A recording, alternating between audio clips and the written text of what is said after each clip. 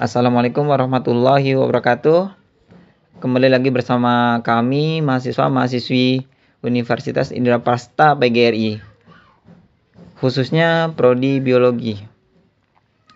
Sebelumnya perkenalkan, nama saya Jalaluddin. Di sini saya bertugas sebagai moderator dari kelompok 5. Yang mana kelompok 5 sendiri terdiri dari 6 anggota, yaitu saya sendiri Jalaluddin, kemudian ada Mutia Suhana Permata Dewi, kemudian ada Intan Nismayantitri, kemudian ada Nasturiyah, kemudian ada Ivana Rafida, kemudian yang terakhir ada Dewi Nuramada. Kami dari kelompok 5 akan membawakan materi yang berjudul Flagea dan Cilia. Marilah kita simak bersama-sama. Saya akan memulainya untuk materi flagea.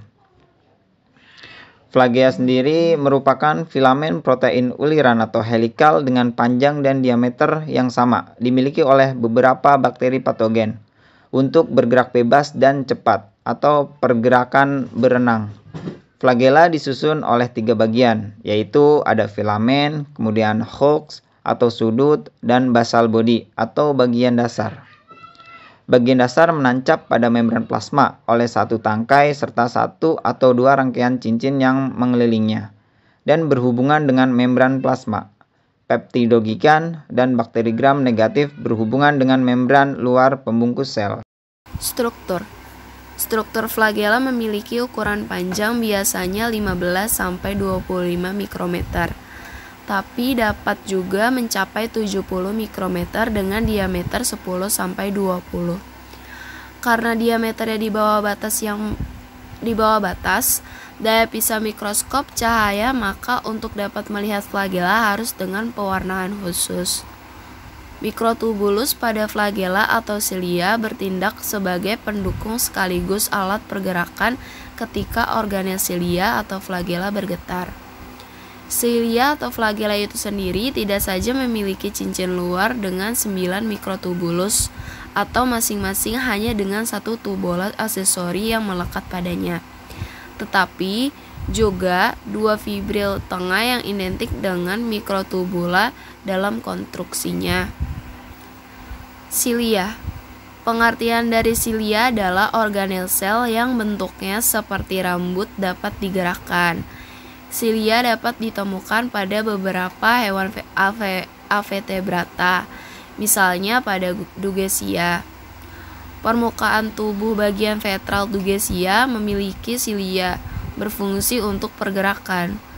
Cilia ada yang tumbuh merata pada seluruh permukaan tubuh, tetapi ada pula yang tumbuh pada bagian tertentu dari tubuh organisme tersebut.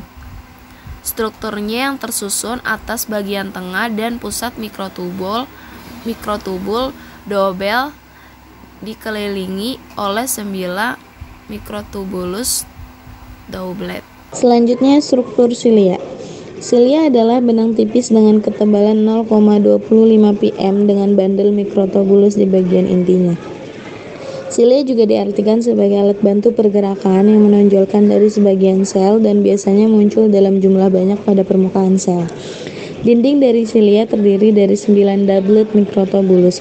Setiap doublet saling berhubungan dengan perantaraan protein penghubung dinein. Motorik dinein pada dasarnya merangkak sepanjang mikrotubulus, menarik doublet tetangga ke atas dan menempelkannya lebih jauh ke bawah. Karena doublet terikat satu sama lain melalui protein cross-linking, mereka hanya dapat meluncur jarak pendek satu sama lain. Gerakan ini menyebabkan lentur pada cilia. Cilia dan flagela dikelilingi oleh membran plasma dan memiliki bagian dalam. Di antaranya 2 mikrotubulus pusat dikelilingi oleh selubung neksin tipis. 9 pasang doublet mikrotubulus perifer yang mengelilingi pasangan pusat. Di setiap pasangan dibedakan menjadi 2, mikrotubulus A dan mikrotubulus B. Mikrotubulus A lengkap dengan 13 protofilamen. Dari mikrotubulus ini, 2 lengan protein dinein muncul menuju mikrotubulus B dari pasangan tetangganya. Mikrotubulus B dengan 10 protofilamen berbagi 3 dengan A. Susunan ini disebut 9+2. Pasangan mikrotubulus dihubungkan oleh neksin. Serat neksin lainnya menghubungkan setiap mikrotubulus A ke selubung pusat. Selanjutnya ada perbedaan cilia dan flagela. Cilia Bentuknya pendek, menyerupai rambut, seperti pelengkap yang panjang yang memanjang dari permukaan sel hidup. Persilangan silia memiliki nexim arm. Silia ukurannya pendek, gerakan silia itu rotasi seperti motor dan silia bergerak sangat cepat. Jumlah silia banyak atau ratusan per sel. Ditemukannya silia di sel eukariotik. Sedangkan untuk flagella dari bentuknya lebih panjang seperti benang di permukaan sel hidup. Flagella persilangannya tidak memiliki nexim arm. Sedangkan ukuran flagella lebih panjang dari silia. Flagella bisa juga bervariasi. Untuk gerakan flagella seperti gelombang, bergelombang, sinusoidal, dan juga gerakan flagella lebih lambat dibandingkan dengan silia. Jumlah flagella sedikit atau kurang dari 10 per sel. Ditemukannya flagella di sel eukariotik dan prokariotik. Selanjutnya ada gerakan silia dan flagella. Silia biasanya terdapat dalam jumlah banyak pada permukaan sel, sedangkan untuk flagella hanya satu atau beberapa sel saja. Silia bergerak maju mundur dengan kibasan yang paling bergantian, sementara flagella gerakannya berombak-ombak yang mirip dengan ular yang menggerakkan sel dalam arah yang sama.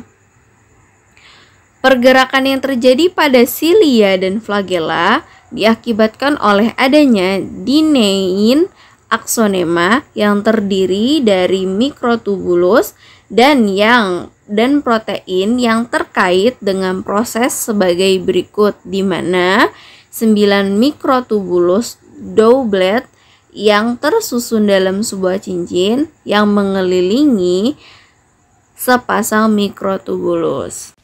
Baik, saya Intan Rismayanti Tri, NPM 2019-41500-197. Saya di sini akan memaparkan slide berikutnya, yaitu tentang peranan. Peranan silia dan flagella dalam tubuh manusia dibagi menjadi 3. Yang pertama, silia pada rongga hidung berfungsi menyaring udara kotor yang masuk melalui hidung. Kedua, silia pada trakea berfungsi menangkap kuman yang masuk bersama udara pernafasan. Yang ketiga, flagella digunakan sel sperma sebagai baling-baling untuk memindahkan sel melalui cairan saluran untuk mencapai ovum. Next slide, yaitu fungsi flagella dan silia. Silia melakukan dua fungsi berbeda.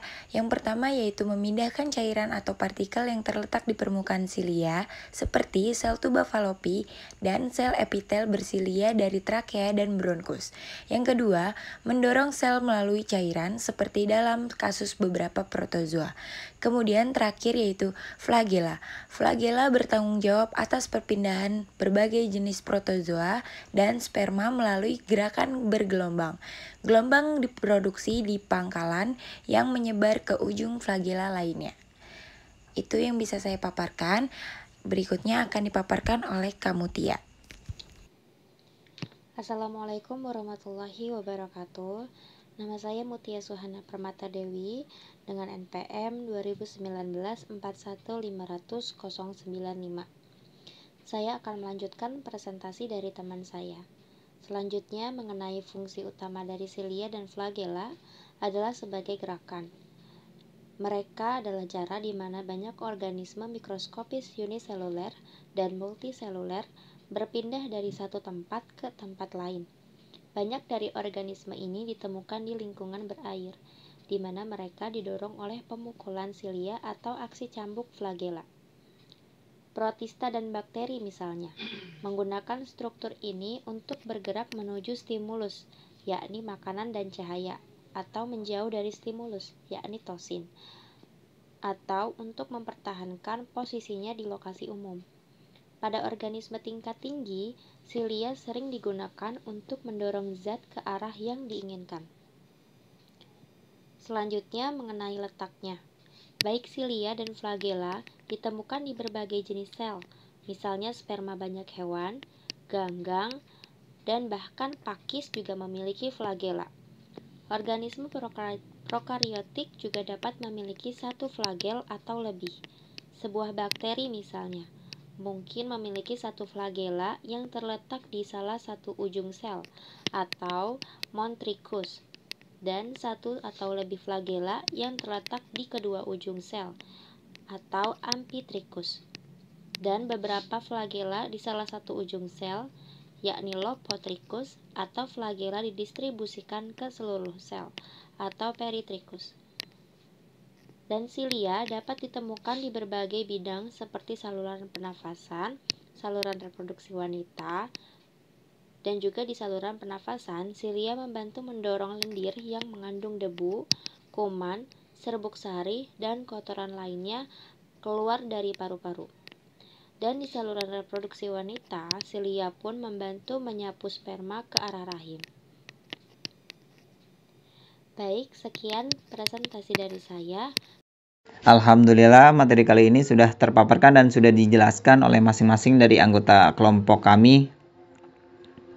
Kemudian, bila mana ada yang ingin ditanyakan maupun ada yang kurang jelas dari kalian, bisa lewat kolom chat maupun kolom komentar.